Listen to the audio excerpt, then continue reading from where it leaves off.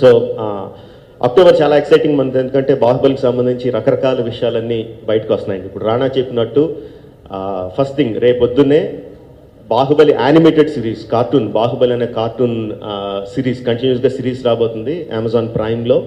So దాని తాలూకు teaser రేపొద్దున రిలీజ్ అవుతుందండి. తర్వాత అక్టోబర్ ఫిఫ్త్న very good news for Prabhas fans అందరికీ కూడా చాలా చాలా గుడ్ న్యూస్.